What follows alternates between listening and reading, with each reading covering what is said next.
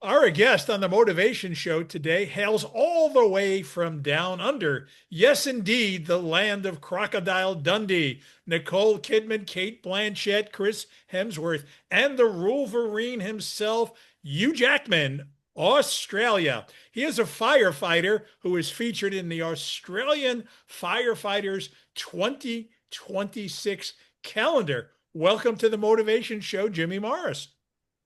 Good morning. Thank you so much for having me. Well, it's morning in Australia, but yeah, Morning great to for be you, here. but for me, it's 5:30. It's kind of weird, that you're like a early morning here, and I'm like already ready for the evening. So Yeah, that's we're a that's day ahead of you, so it's yep, crazy. absolutely. So I want to learn a little bit about how it was like growing up. Where actually did you grow up? So I was born in a country state called Tasmania, right at the bottom of Australia. Oh yeah, well we know the Tasmanian devil, right? That's right. Yeah, yeah. So there's plenty of them down there. Does that even So exist yeah, there, the Tasmanian devil?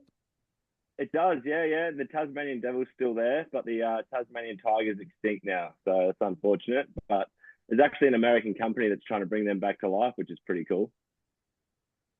And so how'd you get from Tasmania all the way to Australia? And how far is that?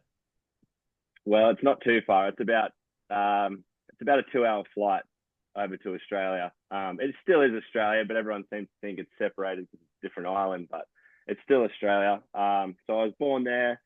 I lived there till I was about 10 years old, and then I moved up to the sunny Gold Coast of Australia, which is near Brisbane. And what brought you there to Australia?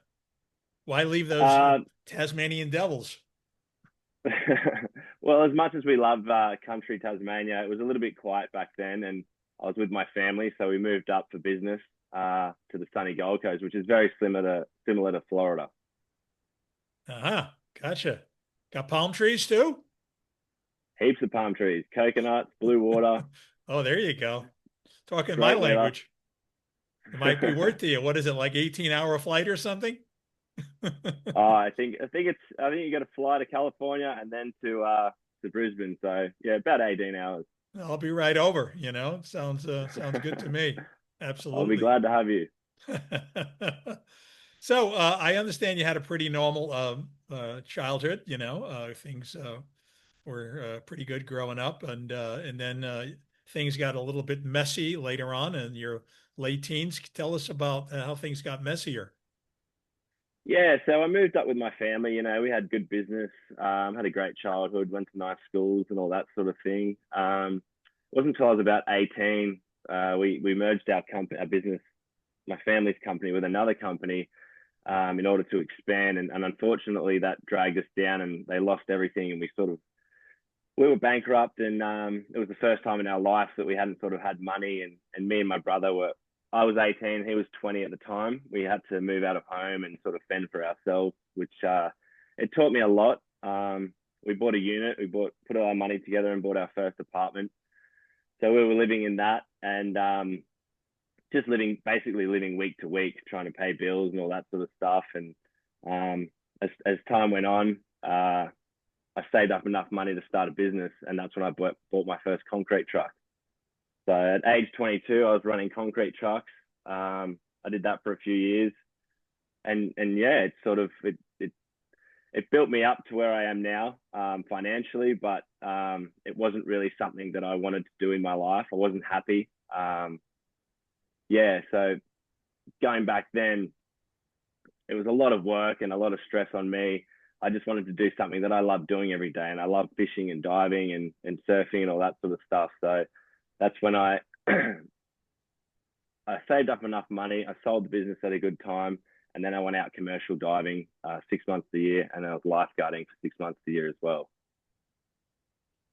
Um,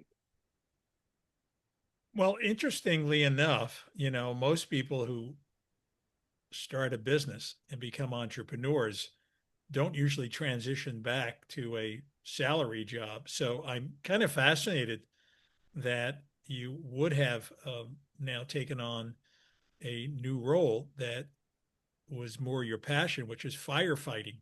Firefighting is not yeah. known for being, the most highly paid occupation on the planet. So tell us how you worked that out in your mind to say, okay, I'm just going to do what I love to do, and put the money aside. I mean, it's not like I'm Yeah, not so making a decent living, but obviously you no, need. that's right. And the one thing I do miss about having my own company and the concrete trucks was the money. Um, so Okay. I'll rewind. Rewind it a little bit. I went through a bit of a few hiccups in my life back then. When I had the concrete trucks, I actually met an American woman, and she was from Milwaukee, Wisconsin. So we were dating. She was living in Australia, and then she had to leave Australia because her visa was up. And we kept the relationship long distance while I was running my concrete trucks. Fortunately, I could pay someone to drive the trucks for me, go spend time with her in America. And it got to a point where we sort of didn't know what to do. And just by chance, she fell pregnant, which wasn't intended. But we both decided to keep the child. So I've got a young son in Milwaukee, Wisconsin. Um, yeah, and at that time, I was still running the business, trying to work out the logistics. She wanted to move to Australia. So that was the plan. That was the goal. I saved up enough money to pay for her visa and move her over here. Unfortunately, she just wanted to be back in America. So we decided that I'd move to America. And that's when I sold the concrete truck, and started the process of waiting for my visa to get approved into America. Unfortunately, at that time, it took about 2 years. It was about 2 years later at this time, and I still couldn't move to America. And unfortunately, we grew apart. We moved on a little bit, which is we're still amicable, which is nice. I don't get to see my son as much as I'd like to, but he's still over there and he's happy and healthy. But yeah, so and that's when I sold everything and I was working another job because I was ready to go to America. So I was working at bars, I was concreting, I was in construction, I was building fences, I was doing all sorts of stuff. I've done everything under the sun. And that's when I was just working towards what I wanted to do and I wasn't completely happy. So I went commercial diving. And when I was commercially diving up in North Queensland, it was only for half of the year. So 6 months of the year I was up there, and then 6 months of the year I was back home lifeguarding. So when you're And commercially that's when diving, what actually are you diving for? right. So I was diving for the tropical rock lobster, which was basically commercial fishing. So it Sounds was all hand tasty. caught lobster. Oh, very tasty and very pretty. How's that It was a compared to the great Maine job. lobster? Oh, it's good. They're slightly different, but very good. But most Okay, of our lobster went to China. It was all live export to China. I So got it's a very, yeah, very lucrative business. And we were paid per kilogram per what we caught. So, um, yeah, so I was doing that at the time. And this is kind of what led me into wanting to become a firefighter. It's something that I've always thought about when I was younger as a child growing up, as most guys growing up have the fascination with firefighters. Um, I was out commercially diving. So basically, we drive this big mothership out to the reefs. We're 250 nautical miles off the top of Australia, close to Papua New Guinea. This particular trip, we're out there fishing. We take these small dories away from the big boat, and that's what we fish off with one other guy who drives the boat while we dive for the lobster. So we're on oxygen while we dive. And he was fairly new to the job. And this particular day, the weather wasn't the best. We drove pretty far away to find these lobster. And you don't usually tell people where you're going because it's so secluded and it's fishing. You don't want everyone to know where your catches are, you know? oops, I have a feeling this is going to be quite a story here. Yeah, it gets pretty gnarly. So hold on. Yeah, so we were pretty far. We were about 40 kilometers, maybe 25, 30 miles from the mothership. I was down diving for lobster. I found this patch where there was lobster everywhere. So I was making great money, throwing these lobsters in the boat, going back down for more in about 15 meters of water. Um, he's made a few mistakes up on the surface while he's driving the boat. Um, yeah, he's broken down the motor. He's lifted the motor up and he's hanging over the back of the boat to try and repair it himself. He was a heavy dude, probably, 100 kilograms. So he's laying over the back of the boat and there's just waves swamping over the back of the boat as he's doing this. My oxygen's being cut off because I'm on an airline from the boat, like an oxygen airline. My oxygen's being cut off. So I knew that something was wrong. And I've swum up to the surface to see what was going on, and I could just see the boat sitting on an angle, just getting swamped by water. I was thinking, oh no, this is not going to end well. And as soon as I've yelled out at him to get up the front of the boat, another wave's come over the back of the boat and completely flipped it. So at this stage, we're 250 nautical miles from the mainland of Australia, up near Papua New Guinea. We're at least 40 kilometers away from our mothership. The boat's underwater.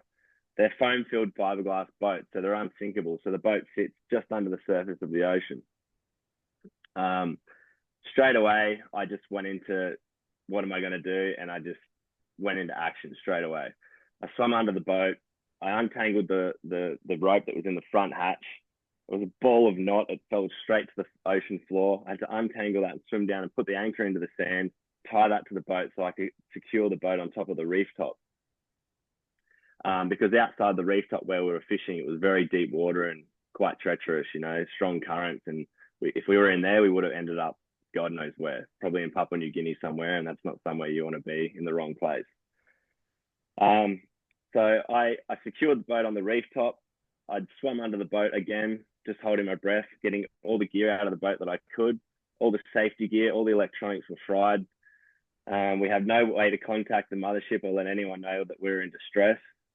At this stage, my boat driver's in complete panic. We're going to die. It's all over. He's freaking out. I'm trying not to choke him. And then I go back under the boat. Luckily, we have some flares and some safety gear. So I've secured the boat. I've put him in a life vest. And I've told him it's okay. We've got an epirb, which is like a GPS device that will activate emergency services to come and rescue us. I've set off the epirb and it was faulty. So the epirb didn't work. So at that stage, I've waited till nightfall and I started letting off flares periodically throughout the night. The boat sunk at about 10:30 a.m. in the morning. And then we got rescued. I think it was about 4:30 a.m. the next day. So we spent the whole night in the water, in the ocean. And up there, they're dangerous waters. There's sharks. What was in your mind while you were in the waters? To be honest, I was just thinking of the next step, the next stage, what I've got to do next. I was pre-planning for anything that went wrong. You know, I told my driver if the anchor rope snapped and this boat drifted out into the channels, into the deep water, we have to swim for that island, which was probably 30 to 40 miles away. What gave you the resolve not to freak out and think of the worst?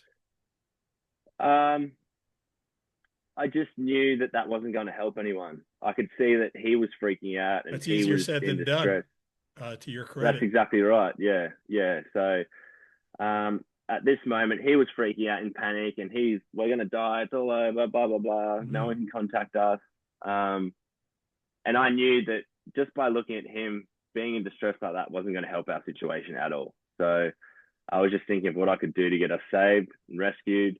I told him if the anchor rope snaps, we've got to make a swim for that island, which is a dangerous channel. There's crocodiles on the island, just to add to it. Very remote. Yeah, and I had fins and a wetsuit on and all my dive gear, so I think I comfortably would have made the swim, but I don't think he would have. So that was a scary thought also. That's why you made the calendar. Possibly. So that was actually a bit of a wake-up call for me. And how old were you? I'm 35 currently, and I've been a firefighter for 2 years, so I would have been about 30 years old then. Okay, 5 years ago. Yeah, that was before I got into the fiery. So yeah, and that was one of the main drives for me, knowing that I can step up in a pretty scary situation and keep level-headed and help people that are in distress, you know. So that's something that I enjoy doing. It's a good feeling knowing that people can rely on me in those sort of situations to help them out. And so what inspired you to become a firefighter? Was it largely this situation or did you already have the bug in you before that? Like, how did it all happen? I think deep down I had the bug there, but I had to bring it out, you know. There was multiple things, you know. I wanted to be an inspiration for my son. That was a huge driver for me. Getting lost at sea, that was a huge one for me because it it was a real life heavy situation. That was sort of life or death, and we got through that, and we ended up getting rescued. And then, just purely from what I decided to do at the time, like, and that's how I know I could work under those sort of situations, and that carried me forward to become a firefighter. So I was also lifeguarding at the time as well, which firefighting and lifeguarding sort of go hand in hand with first aid and helping the community and stuff like that. But I always knew that lifeguarding, as much as it was a good job, it wasn't my career and it wasn't fulfilling my heart. So did this hairy experience trigger anything else in you that all of a sudden now you have a whole different outlook and perspective on life? Um, yeah, to be honest, in the moment, all I was thinking of was the next step in getting saved, and Very also logical. that You're I very want. like Spock from Star Trek. Very logical. That's right. But yeah, I was thinking about my son as well. That was another Mm, thing. That there was the you only go. thing that was going through my mind was, sort of being there to help my son, and Mm, then just getting through that situation. gotcha. But yeah, that was a big wake up for me. And then coming back, it's I just had this new motivation. Having that hairy life or death situation has kept me. I guess I've been a bit more blasé. I've got a new lease on life, so I've been a bit more blasé in dangerous situations, but it's still calculated. So yeah, So you're I in the wouldn't say actually firehouse. blasé is the wrong word. Blasé is the wrong word. It's just calm in heavier situations. Okay. So you're in the firehouse and you get the call, and there's uh, I don't know if they call it the same the way they do in the United States, a 3, 4 alarm fires, you know, and you rush to the scene. Um, what are you feeling when you're in that situation, when you know something is in a crisis situation? Um, so I'm in the back as a firefighter. The station officer is sort of my commander, or the one that will call the shots and tell us exactly what we have to do. But we will know when the bells drop and what the incident is prior to getting into the truck and driving to the incident. So we can mentally prepare for the situation. I always take preemptive steps in my head, sort of what I'm going to do next. Whether I've got to get in my BA, which is my oxygen, what tools I'm going to need for the job, how many people are missing, depending on the job, what it is. It could be a car accident, it could be a house fire, it could be a kitty up a tree, it could be absolutely anything. So we always sort of prepare as we're driving to the job, prepare mentally and have a good discussion with your crew about what are you going to do when you get there. So I look at you as a hero. Um, I don't know how you look at yourself, but that's most people are going about their daily work life. They're not saving anybody. They're not necessarily changing the world. What motivates you every day to get up in the morning and go into a burning building, potentially with black smoke, which it can be very dangerous? Uh, I mean, I wouldn't see myself as a hero. It's just something that Of course you wouldn't. I do. it's it's Most firefighters wouldn't. it's my 9 to 5. It's what I There you do. go. It's just going to work, going to a job that I love, and it's knowing that there's people like me that are willing to step up in situations where people need us the most is what motivates me daily. And knowing that I'm surrounded by crew that also have the same mentality really helps as well. It's not for everyone. Everyone's like, God, that's crazy. I can't believe you'd run into a burning building and this and that. But honestly, it to an extent excites me to go into the burning building because I know I can help someone in there and I can put that fire out and I can make their life better or potentially save their life. That's fantastic. So I understand there's a great firefighter calendar, and I was telling you off the air in New York City, they had a New York City firefighter calendar. And so now you have the Australian firefighter calendar. How did that all come about? What does that mean to you? And what happens with the proceeds? Okay, so it was a bit of a coincidence. Actually, when I was training for the fireys to get in, studying and doing all the physical training and stuff like that, a lot of my friends and people I knew found out that I was going for it, and they sort of said, "Oh, you're always just doing it for the calendar, blah blah blah." Just give me a bit of flack about that.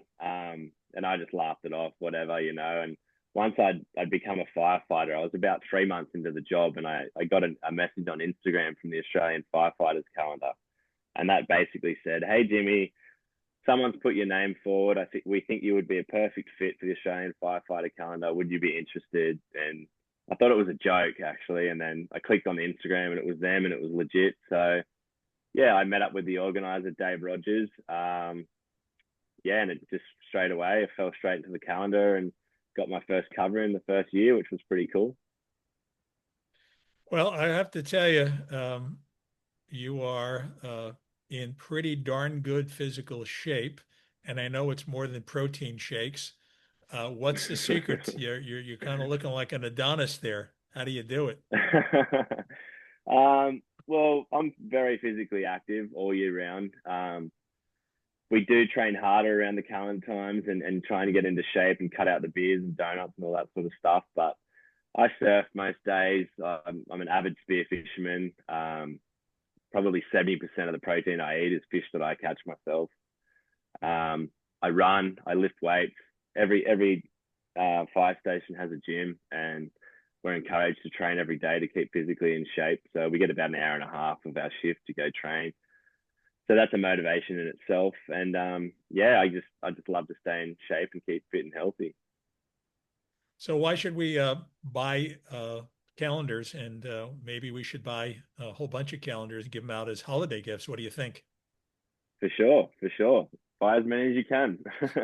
um, yeah, well, basically the calendars, they're handy to have around the house, having a calendar anyway, regardless. But um, they it's for a good cause. So basically, anything you purchase from the Australian Firefighter Calendar, certain proceeds of that will go towards different charities. There's multiple calendars. There's dog calendars, cat calendars, mixed calendars, which are your koalas and your kangaroos and horses and all the different Australian animals.